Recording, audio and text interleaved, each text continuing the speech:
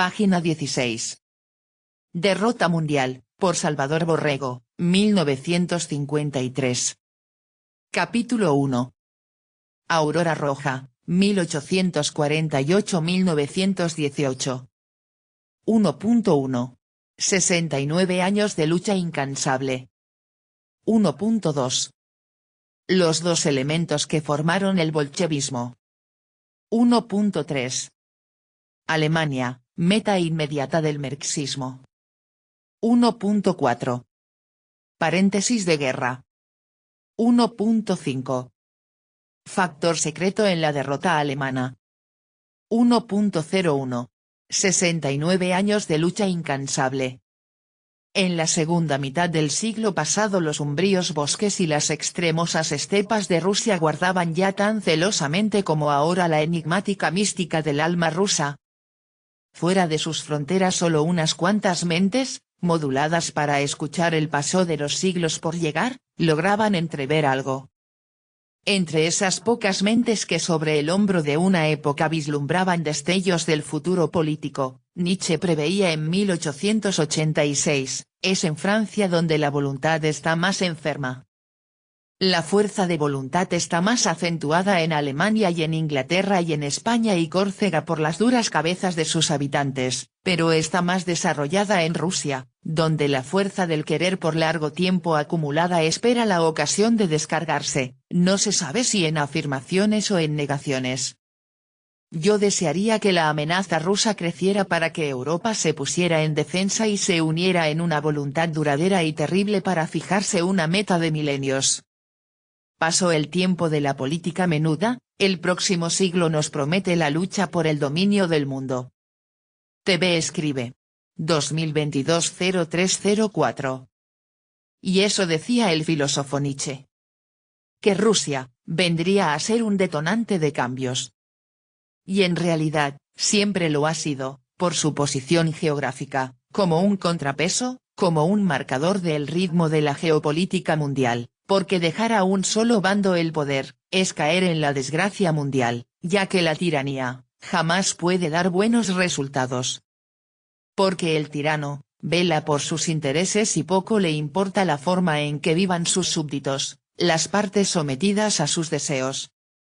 Ahora, no solo es Rusia, también está el coloso chino, siempre al acecho, siempre mejorando y fortaleciéndose. Borrego escribe. En ese entonces Rusia se debatía en sangrienta turbulencia, que una extraña mezcla de nihilistas y revolucionarios marxistas trataban de encauzar mediante un secreto comité ejecutivo. La espina dorsal de ese audaz movimiento la formaban esforzados e inteligentes israelitas, miembros de comunidades que a través de muchas generaciones habían soportado severos sufrimientos en el duro ambiente de Rusia. Desde los primeros años de nuestra era ya se habían instalado emigrantes judíos en los territorios que siglos más tarde formarían parte de la Rusia meridional. Dolorosas vicisitudes vivieron desde entonces, pero jamás perdieron su cohesión racial. En 1648 los cosacos se lanzaron furiosamente contra ellos y después de sangrientos choques prohibieron que en Ucrania radicaran comunidades israelitas. En general la población era hostil a huéspedes, tan reacios a la fusión de sangre y de costumbres. TV escribe. 2022-0304. Ya desde entonces, el territorio de Ucrania se vio envuelto en una mezcla de disparidades ideológicas. Borrego escribe. Pero las tierras rusas, prometedoras de esplendoroso futuro gracias a sus inexploradas riquezas y enorme extensión, seguían atrayendo incesantemente a comunidades judías emigradas de la Europa occidental. La emperatriz Visaveta Petrovna se alarmó ante ese fenómeno y en 1743 se negó a admitir más inmigrantes. Sin embargo, 50 años más tarde la anexión de territorios polacos convirtió a millares de judíos en súbditos de Rusia. En esa forma las comunidades israelitas aumentaron considerablemente, no sin sufrir hostilidades y persecuciones, tal como les había ocurrido a sus ancestros en todos los tiempos y en todos los pueblos. El zar Alejandro I, que gobernó de 1801 a 1825, trató con benevolencia a la población judía y sufrió un completo fracaso al pretender que se asimilara a la población rusa. El siguiente zar, Nicolás I, 1825-1855, se impacientó ante la renuencia de las comunidades israelitas a fusionarse con la población rusa y redujo sus derechos cívicos, además de que les hizo extensivo el servicio militar obligatorio que ya regía en el imperio. Esto causó trastornos y descontento entre los judíos, pero una vez más lograron conservar sus vínculos raciales y sus milenarias costumbres. Al subir al trono Alejandro II, 1855, la situación de los israelitas volvió a mejorar y no tardaron en prosperar en el comercio, la literatura y el periodismo. Varios diarios judíos se publicaron en San Petersburgo y Odessa. Precisamente en ese entonces, girando alrededor de la doctrina comunista delineada en 1848 por los israelitas Marx y Engels, se vigorizó en Rusia la agitación revolucionaria. En 1880 los israelitas Leo Deutsch, P. Axelrod y Vera Zasulich, y el ruso Plejanov, formaron la primera organización comunista rusa. Y un año después varios conspiradores, encabezados por el judío Vera Zhivnev, asesinaron al zar Alejandro II. El hijo de este, Alejandro III, tuvo la creencia de que las concesiones hechas por su padre habían sido pagadas con ingratitud y sangre. En consecuencia, expulsó a los judíos de San Petersburgo, de Moscú y, de otras ciudades, y le redujo más aún sus derechos cívicos.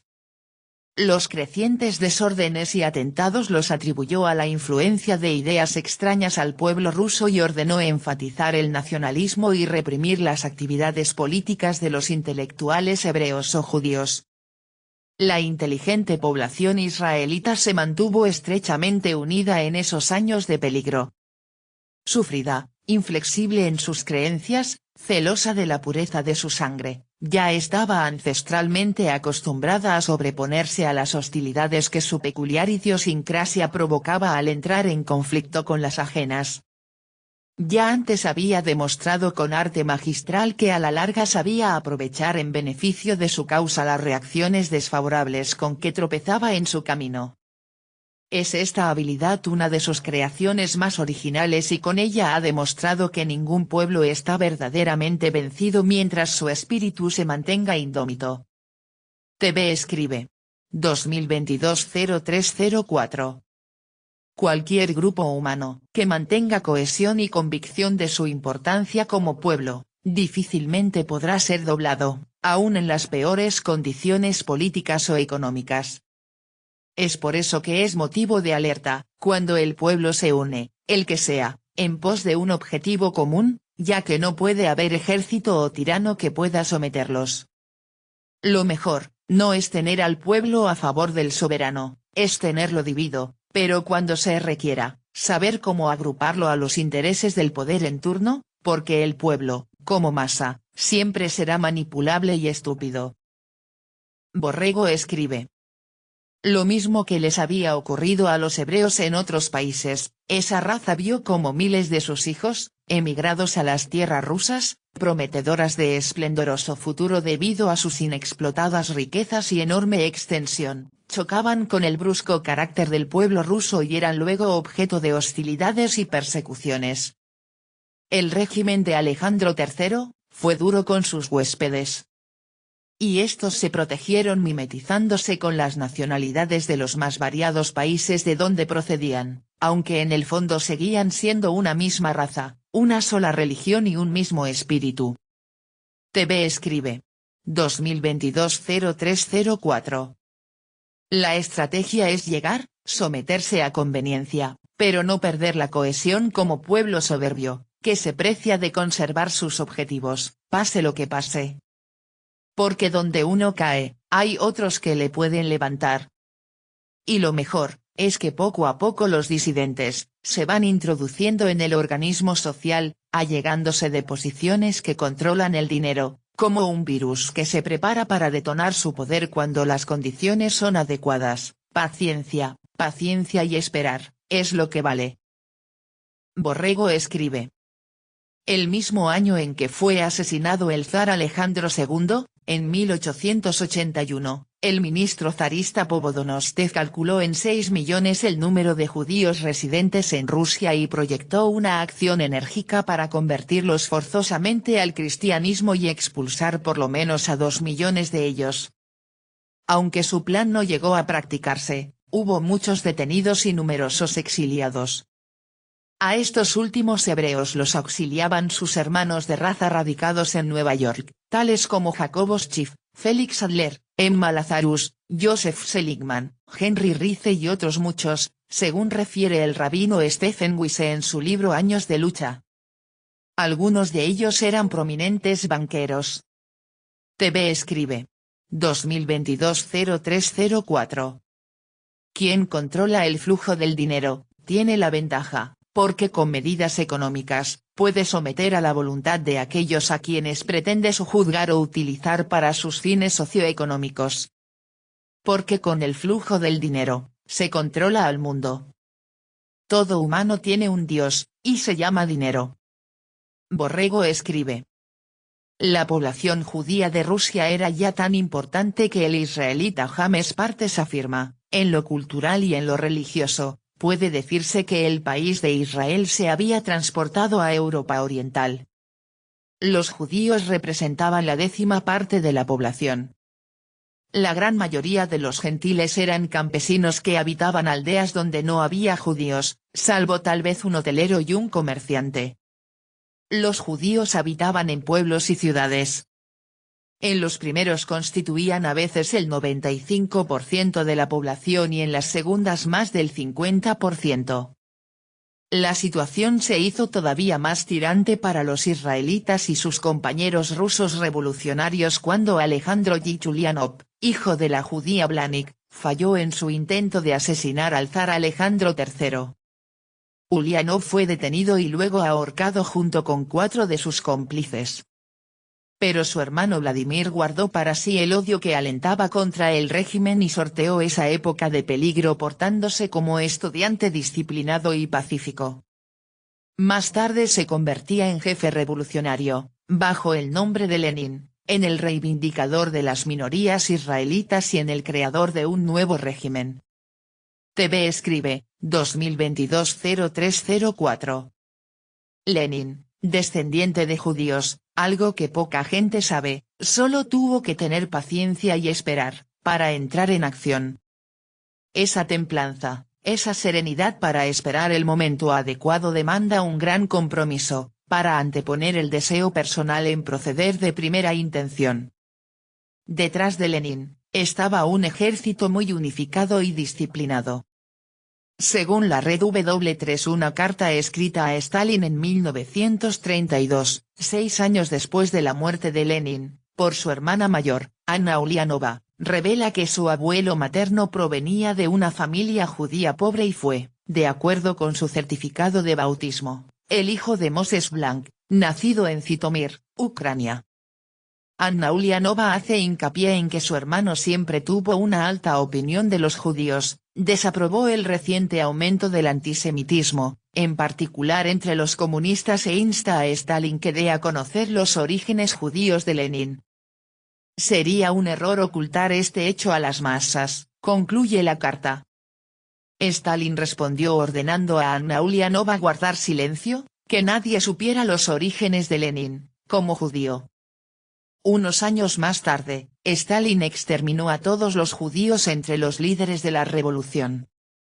Cuando la muerte lo sorprendió, en 1953, estaba preparando la deportación de toda la población judía de la URSS hacia lo más profundo de Siberia. Borrego escribe. Por el momento, Lenin y toda la población hebrea pasaron en Rusia años sombríos y difíciles, mas acrecentaron sus fuerzas en el infortunio y vigorizaron sus creencias ante la hostilidad. Por supuesto, no olvidaron su meta revolucionaria, que el rabino Caleb había esbozado así en la tumba de Simeón ben Judá, en Praga: conviene que, en la medida de lo posible, nos ocupemos del proletariado y lo sometamos a aquellos que manejan el dinero. Con este medio, levantaremos a las masas. Las empujaremos a las agitaciones, a las revoluciones, y cada una de estas catástrofes significará un gran paso para nuestras finalidades. TV escribe. 2022-0304. Sea, que el objetivo era manipular a las masas, a los pobres, al proletario que vende su única vida en sobrevivir, para golpear al sistema en turno, porque sabían que cuando el pueblo se rebela, no hay tirano que lo resista.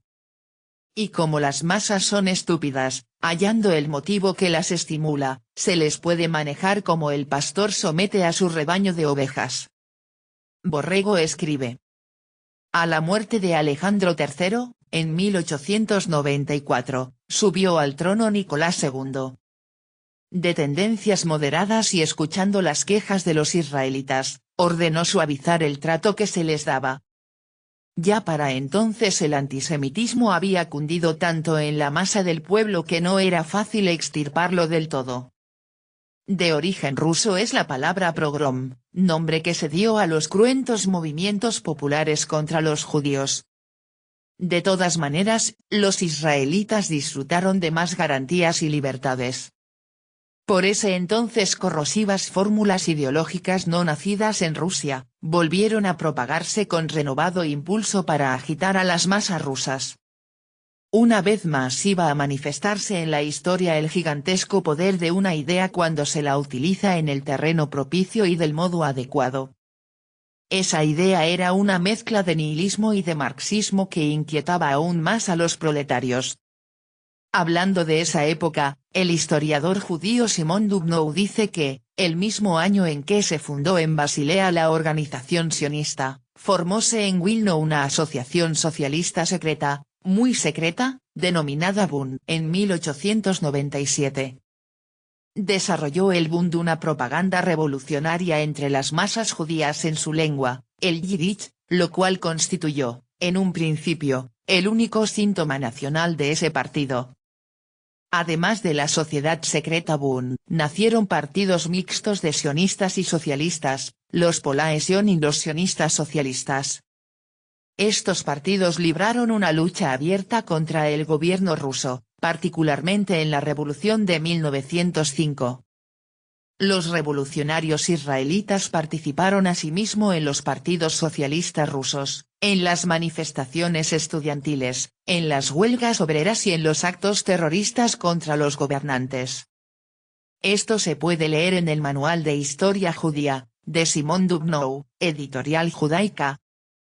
La renovada agitación degeneró en graves disturbios obreros en 1899. El Partido Social Revolucionario tenía, una sección terrorista, a cargo del Sagad judío Gersuni, cuyos agentes mataron al ministro ruso Sibyagin, al gobernador Bogdanovich, al premier Pleye, al gran duque Sergei y al general Dubrasov. TV escribe. 2022-0304. Sea, que los judíos, ya en plena conciencia de su organización y objetivos claros, estaban enfocados en gestar un cambio violento que les favoreciera. Y por todos los medios, incluyendo el asesinato premeditado y la confabulación, eran conscientes que ningún cambio se consigue con abrazos y no balazos. Y por la manera de relatar los eventos, es claro que la obra literaria de Salvador Borrego, no podría ser bien vista. Tuviera razón o no, lo que Borrego explaye, era para ser censurado. Borrego escribe. El zar Nicolás II, pensó que había dado un paso en falso al suavizar el trato para los israelitas y restableció algunas de las limitaciones que años antes les levantara. Numerosos propaladores del marxismo, entre ellos el judío León Dayidovich Bronstein, posteriormente conocido como León Trotsky, fueron deportados a Siberia. Trotsky estaba casado con una hija del financiero judío Jobotovsky. TV escribe. 2022-0304. Cuando se habla de Trotsky, contrario al régimen ruso, ¿quién sabe que era partidario de los intereses del pueblo hebreo? A donde quiera que fuera, Trotsky corría severo peligro. Borrego escribe. Las turbulencias parecieron amainar. Incluso surgió una escisión entre los mismos agitadores no en cuanto a su meta sino en cuanto a la mayor o menor impetuosidad para alcanzarla. No era que unos hebreos se lanzaran contra otros, sino que diferían de opinión respecto a la táctica de lucha. Así surgieron los bolcheviques, los del programa máximo, y los mencheviques, los del programa mínimo. Vladimir Ilich Lenin se hizo líder de los primeros. Aunque la severa represión oficial alcanzó a muchos agitadores judíos que se movían entre los trabajadores, dejó intacta la estructura secreta que gestaba la revolución. Creyendo haber sido ya suficientemente severo, o buscando una transacción con ellos, en 1904 el régimen suavizó su política hacia los israelitas. Pero estos inmediatamente, al ver que no se le refrenaba, reforzaron su actividad revolucionaria y en 1905 organizaron motines más grandes que los anteriores. TV escribe. 2022-0304. Tal como lo indica Sun Tzu en El arte de la guerra, dejar cabos sueltos, y suavizar la mano dura contra una amenaza, es permitirse graves problemas en el futuro. ¿Por qué? Pregunto, ¿por qué se le permite al adversario que siga vivo y se fortalezca y luego regrese con nuevas tácticas agresivas? La indulgencia es la ruina de los que están sentados en el poder. Si algo o alguien representa una amenaza actual y futura para la organización sale más barato aniquilarlo de raíz cuando se le encuadra. Si se permite que la mala hierba florezca y lance al aire sus semillas, todo lo que se haya hecho para contener su influencia se va al drenaje y solo dolores de cabeza va a provocar en el siguiente instante. Jamás se puede esperar algo bueno de quien está rumiando contra el orden que queremos imponer. Pero los astutos y sagaces, no se dejan llevar por la emoción, esperan agazapados, y de repente, lanzan ataques demoledores. Pero lo hacen cuando las condiciones les favorecen. Borrego escribe. Entonces el zar Nicolás II se alarmó e hizo nuevas concesiones al conglomerado judío, pensando tal vez que así se restablecería el orden. TV escribe. 2022-0304. O sea, se le trata con indulgencia al adversario con la ingenua idea que se va a apaciguar. Es una soberana estupidez. Portarse así, es mostrarse débil y hasta con la vida se puede pagar ese terrible error. Si ya tienes el poder, ejércelo, no hay lugar para mostrarse suave, condescendiente y negociador, débil de carácter. Dicen que el emperador de los aztecas, le ofreció regalos con odo a Hernán Cortés, avivando en ese gran estratega militar, nuevos bríos. Lo que debieron darle a Cortés fue una masacre, para que saliera huyendo despavorido. ¡Qué vergüenza, Dios mío! Un ejército de millones de aztecas, cogido por un grupúsculo de aventureros muy inteligentes. Es tonto e insano darle concesiones a un adversario cuando uno tiene el poder. Lo que debe dársele y de inmediato, es la muerte, la aniquilación absoluta. Borrego escribe. Con esto el marxismo, con la debilidad de Nicolás II, cobró mayor brío. Inútilmente los zares habían querido evitar la agitación popular reprimiendo a los que directamente alentaban el descontento popular nacido inicialmente de la miseria, pero sin anular a los ocultos conspiradores, que eran los que dirigían todo el movimiento para subvertir el orden. TV escribe. 2022-0304. Teniendo el poder y los medios para hacer valer su corona, el soberano cedió y redujo su poder, para vivir en la zozobra. Qué bellaca miseria mental la de los consejeros del soberano, y más inepto el soberano que no atina a mirar la bomba de tiempo que tenía encima, como espada de que pendía de un hilo sobre su cabeza. Borrego escribe. Además, poco hacía el régimen del zar Nicolás II, por aliviar la miseria misma y por destruir la forma capciosa y oropelesca en que explotaban esta circunstancia los agitadores marxistas. Ante la sutil técnica de la conspiración marxista, los zares fueron incapaces de una acción coordinada y firme para liquidarla. frecuentemente los zares titubearon y en ocasiones llegaron a concebir el absurdo de que los brotes de desorden podrían conjurarse mediante concesiones, o sea, ceder para apagar el embate de los contrarios. Pero resulta que hacer concesiones a un adversario que busca la victoria total es solo facilitarle su camino. TV escribe. 2022-0304. Viendo el caso del zar Nicolás II, es un soberano desquiciado quien hace concesiones al adversario, y más si el soberano sabe que cuenta con la maquinaria para aniquilarlo, es sentido común. Se rodea de imbéciles y posiciones motivadas por el sentir bonito y por sentir bonito, se autoclava el puñal. Puede salir caro ejecutar a un adversario, pero dejarlo vivo para que siga conspirando, es algo pésimo. La condescendencia y negociación con un enemigo peligroso, dejémoslo a los tontos, porque es sabido que, muerto el perro, se acaba la rabia. Jamás debe permitirse que el adversario, si es débil, se reagrupe, se fortaleza, y siga con sus intentos de derrocar al soberano, que siga conspirando. Si el adversario llega a obtener una posición de ventaja, no tendrá misericordia. Porque cuando uno está abajo, en posición de sumisión, si encuentra un hueco en la guardia, no dudará en asestar un golpe letal al tonto que le permitió seguir peleando.